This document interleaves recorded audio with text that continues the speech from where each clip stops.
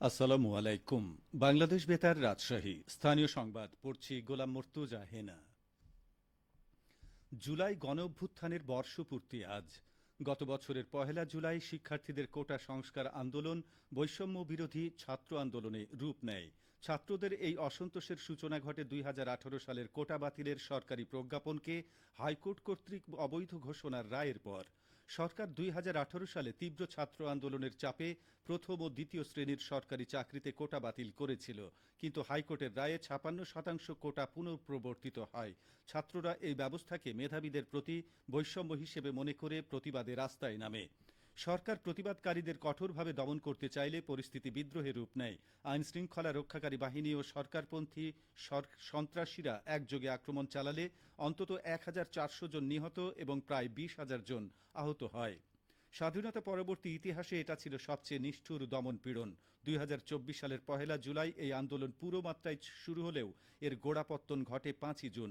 ওই দিন ঢাকা বিশ্ববিদ্যালয়ের শিক্ষার্থীরা হাইকোর্টের রায়ের বিরুদ্ধে তাৎক্ষণিক প্রতিক্রিয়ায় রাস্তায় নামে। জুলাই গণঅভ্যুত্থানে শহীদদের রুহের মাগফিরাত এবং আহতদের সুস্থতা কামনা করে নাটোরের মসজিদ সমূহে বিশেষ দোয়া ও মোনাজাত অনুষ্ঠিত হয়েছে। আজ বাদ জোহর এই দোয়া ও মোনাজাত আয়োজন করা হয়। নাটোর কেন্দ্রীয় জামে মসজিদে দোয়া ও মোনাজাত পরিচালনা করেন মসজিদের খতিব মাওলানা আব্দুল হাকিম।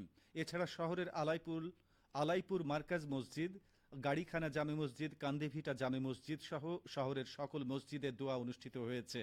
৫টি উপজেলা মডেল মসজিদেও দোয়ার আয়োজন করা হয়। ইসলামিক ফাউন্ডেশন নাটোর জেলা কার্যালয়ের উপপরিচালক মোহাম্মদ রিয়াজুল ইসলাম বলেন, বিশেষ দোয়া ও মোনাজাত আয়োজনে জেলার সকল মসজিদে নির্দেশনা প্রদান করা হয়। এছাড়া মন্দির এবং গির্জাসমূহে সুবিধাজনক সময়ে বিশেষ প্রার্থনা আয়োজন করা হয়েছে।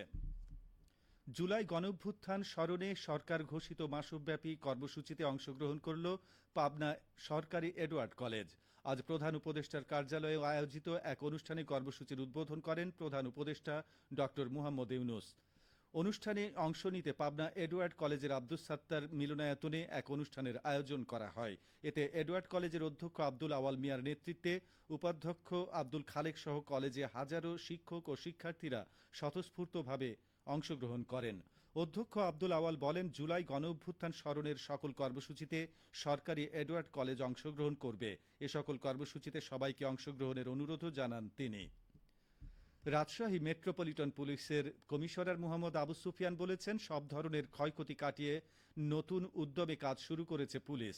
সীমাবদ্ধতা থাকলেও তা কাটিয়ে আগামী দিনের চ্যালেঞ্জ মোকাবেলা সহ আসন্ন নির্বাচনের জন্য প্রস্তুত রয়েছে পুলিশ বাহিনীর সদস্যরা। আরএমপির ৩৩তম প্রতিষ্ঠাবার্ষিকী উপলক্ষে আয়োজিত অনুষ্ঠানে তিনি একথা বলেন। আজ আরএমপির হেডকোয়ার্টারে বেলুন ও পায়রা উড়িয়ে দিনটির উদ্বোধন করা হয়। পরে র্যালি ও আলোচনা সভা অনুষ্ঠিত হয়। পুলিশ কমিশনার আরও বলেন, পুলিশের উপর সাধারণ জনগণের আস্থা ফিরে এসেছে এবং পুলিশেরও মনোবল ফিরে এসেছে। নাগরিকদের সেবা এবং নিরাপত্তা নিশ্চিতে পুলিশ পুরোদমে কাজ করছে। আরএমপির কমিশনার মোহাম্মদ আবু সুফিয়ানের সভাপতিত্বে অনুষ্ঠানে উপস্থিত ছিলেন রাজশাহী বিভাগীয় কমিশনার খন্দকার আজিম আহমেদ, সারদা পুলিশ একাডেমির প্রিন্সিপাল ব্যারিস্টার জিল্লুর রহমান, রাজশাহী রেঞ্জের ডিআইজি মোহাম্মদ শাহজাহান, জেলা প্রশাসক আফিয়া আখতার, পুলিশ সুপার ফারজানা ইসলাম সহ বিভিন্ন সরকারি দপ্তরের ঊর্ধ্বতন কর্মকর্তা, সাংবাদিক এবং নগরীর গণ্যমান্য ব্যক্তিবর্গ। সিরাজগঞ্জের কাজীপুরে এবারও ব্যাপক হারে পাটের আবাদ হয়েছে। উৎপাদন ভালো হওয়ায় লাভের আশা করছেন কৃষকরা। কৃষি অফিস সূত্রে জানা যায়, চলতি মৌসুমে সিরাজগঞ্জের কাজীপুর উপজেলার বিভিন্ন স্থানে ব্যাপক হারে পাটের আবাদ করেছে কৃষকরা। পাট আবাদে ৪,০০০ হেক্টর লক্ষ্যমাত্রা নির্ধারিত থাকলেও আবাদ হয়েছে ৪,২৫০ হেক্টর জমিতে, যা লক্ষ্যমাত্রার চেয়েও ২৫০ হেক্টর বেশি। ভালো ফলনের আশায় এবার হাইব্রিড জাতের বীজ রোপণ করা হয়েছে। এখন পাটের জমিতে পরিচর্যায় ব্যস্ত সময় কাটাচ্ছেন কৃষকরা। আবহাওয়া অনুকূলে থাকায় এবার বাম্পার ফলনের সম্ভাবনা রয়েছে।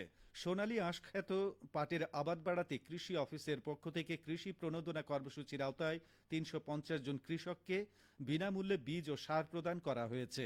কাজীপুর উপজেলা কৃষি কর্মকর্তা কৃষিবিদ শরীফুল ইসলাম বলেন, মাঠ পর্যায়ের কৃষি কর্মকর্তারা নানাভাবে পাট চাষিদের পরামর্শ প্রদান করছে।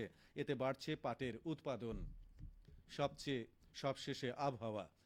আজ রাজশাহীতে সর্বোচ্চ তাপমাত্রা ছিল ৩৪.১ ডিগ্রি এবং সর্বনিম্ন ২৬.৯ ডিগ্রি সেলসিয়াস। বিকেল ৩টায় বাতাসে আপেক্ষিক আর্দ্রতার পরিমাণ ছিল ৬৫%। রাজশাহী ও পার্শ্ববর্তী এলাকায় আজ সূর্যাস্ত সন্ধে 6টা 58 মিনিটে। সংবাদ শেষ হলো। আমাদের পরবর্তী স্থানীয় সংবাদ সন্ধে 6টা 45 মিনিটে।